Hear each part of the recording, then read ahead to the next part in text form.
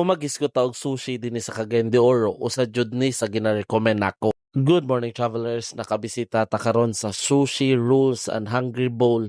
And naa sila gi-introduce na mga menu na atong i-try. By the way, located na sila sa Gaisano City, Uptown. Naa sila food park sa 6th floor. And nice pa jud kaayo ang view if ever mulaag mo dinhi and mo food trip. Aliwalas kayo ang area, luag, nice po ang ambience. Open na sila everyday 10 a.m. to 9 p.m. So pagbisita na mo din ang akong gitry ang Sushi Rolls and Hungry Bowl. Always jud na ako ni ginaingon basta na mga food bazaar or mga food market na naa ang sushi roll o hungry bowl.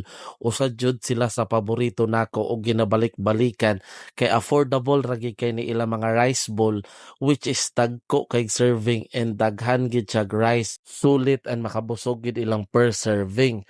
And gitry po nako ni ilang chicken tenders, 120 ra ni siya, buyag na kay serving, lami kayo ilang sauce. Ilang mga rice bowls starts at 150 as in buyag kay serving sa ilang mga rice bowl. Must try kaayo ni ilang chicken karaage, soy garlic and teriyaki. Pasado kay para sa ako ang timpla sa ilang chicken and also na sila bag-o na chicken curry.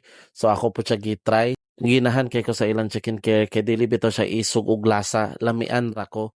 And napod sila mga available na mga milk teas and milky shakes. So kani ilang matcha akong paborito. Lamian kay ko aning sauce nila sa ilang chicken tenders. Japanese sauce daw ni siya.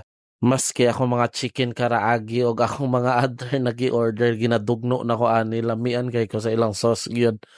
So mga on sa mi, hangtod sa sunod. Kita kits travelers.